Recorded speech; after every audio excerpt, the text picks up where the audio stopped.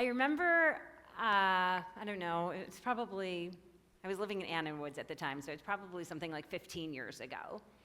And there was an article in the Baltimore Sun, of blessed memory, right? Is an article in the Baltimore Sun, and it's still here. And the banner is yes, we actually get it delivered, by the way. Okay, so there's an article still in the Baltimore Sun, and the article was about reunions. And it was a really interesting, I don't know if you remember this, Jane, if you read it, but it was a really interesting article because it was talking about, it was interviewing people that had gone to their reunions over the years up until, I want to say, their 75th reunion. It was amazing. So they were talking about a 5-year reunion, a 10-year reunion, a 20-year reunion, 25-year, 50, and then a 75. And they said, admittedly, by the time you got to a 75th year reunion, it was a very small class.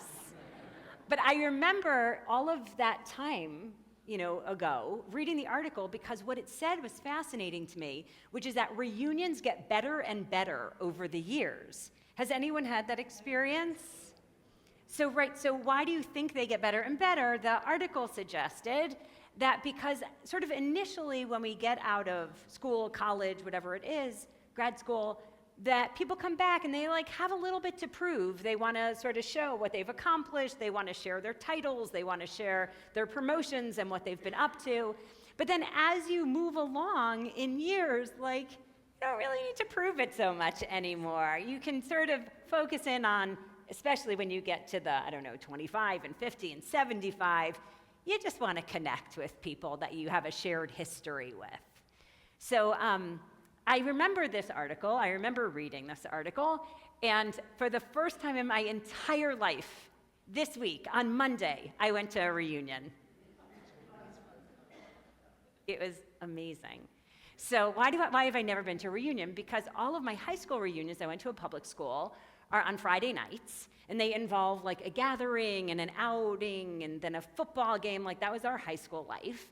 And then it's a Friday night and Saturday, so I can never participate. Nothing is walkable.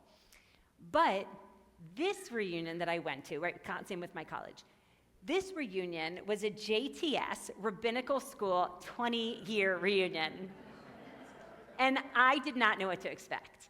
So it started off, so as you all know, rabbis don't have the best life schedules in the world, meaning that we don't really have weekends. So of course, it's a Monday reunion. And it's about 8 hours long. No, it's probably about 6 hours long, but it was really great. So we started off, some of us met up for dinner on Sunday night in the city, and then on Monday, we started the big reunion. And by the way, if I told you the schedule, you'd be like, this sounds terrible. It was literally we met up at 7:45 for prayers, and then after, we met up for prayers, we had a little something for breakfast, and then we had a class, and then we had another class, and then we had lunch with the rabbinical students, and we prayed some more, and then we went home. That was the day. Oh, and in between, we went to visit the rare book room and looked at manuscripts. So it wasn't exactly the party, but it was so nice to see people that I hadn't seen in 20 years. And it was amazing as people, and you probably all know this, but as people were coming in, some people looked exactly the same, and some people I was like, who is that? It was a crazy, crazy thing. So this, two people in particular stood out in my mind. One was my friend Rachel, who flew in from Seattle. She didn't even have a place to stay. She flew in overnight. She arrived in the morning. She stayed until 3:30 when it was over, and then she went back to the airport and she flew home. Isn't that so nice? And I thought that was so nice. And then Jeremy Gordon flew in from London, and he, stayed for a couple days, and then he went out, and I felt like this is quite amazing. People went through all of this effort to be together.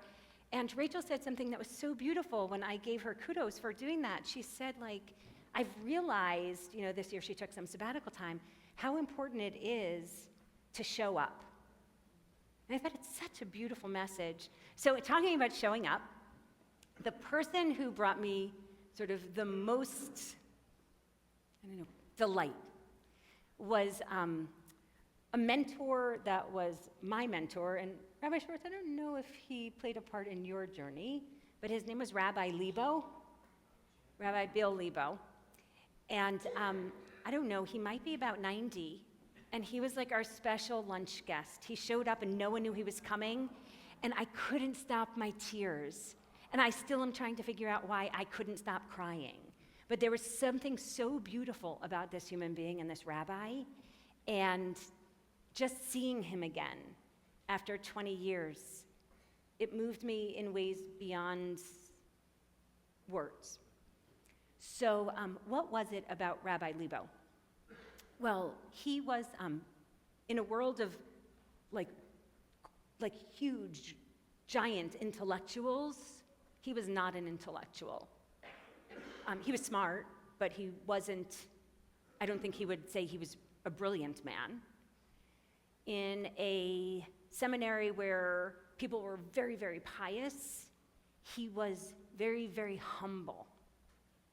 But I think more than anything, he was really, really kind. He was so kind to each of us that every person had a story about some act of kindness that he had extended to us that had enabled us to make it through rabbinical school and into the rabbinate and to survive in the rabbinate. And I don't know the magical way that he did it except through humility, connection, profound sense of compassion and empathy and care. And somehow, when you were in his presence, you felt like you were good enough. And it is amazing to think what an impact he made. Because he cared. And because he extended chesed, kindness, to each and every one of us. So in the Torah portion that we read this week, it's the Parsha of Chayei Sarah. It's actually my bat mitzvah portion. And one of the things that we see, and it's a story that many of us know, it's a story of a guy named Isaac. I'll go this way. It's a story of Abraham. And Abraham has a son named Isaac, and Isaac's not married, and Abraham really wants him to get married, so he sends his servant Eliezer to go and to find a wife for Isaac, his son.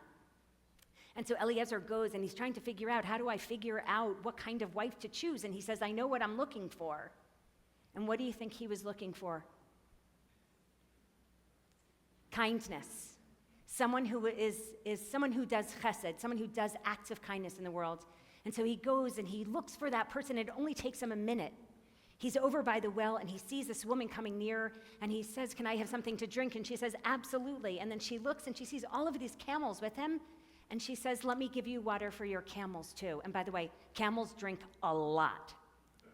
And so Rivka, she kept on going and getting water and water and water, and not only did she give it to Eliezer, but she also gave it to all the camels. And that was how Eliezer knew that this woman was a really special woman, and this was the woman that he was going to bring back for his master's son, Isaac.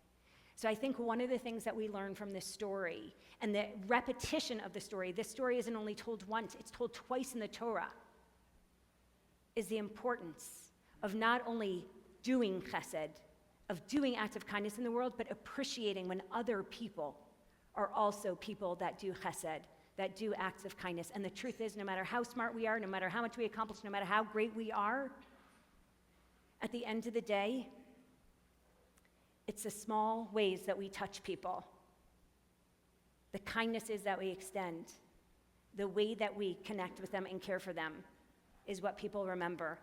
That's what makes you cry. Shabbat shalom, and may we all be that person and have that person in our lives. Shabbat shalom.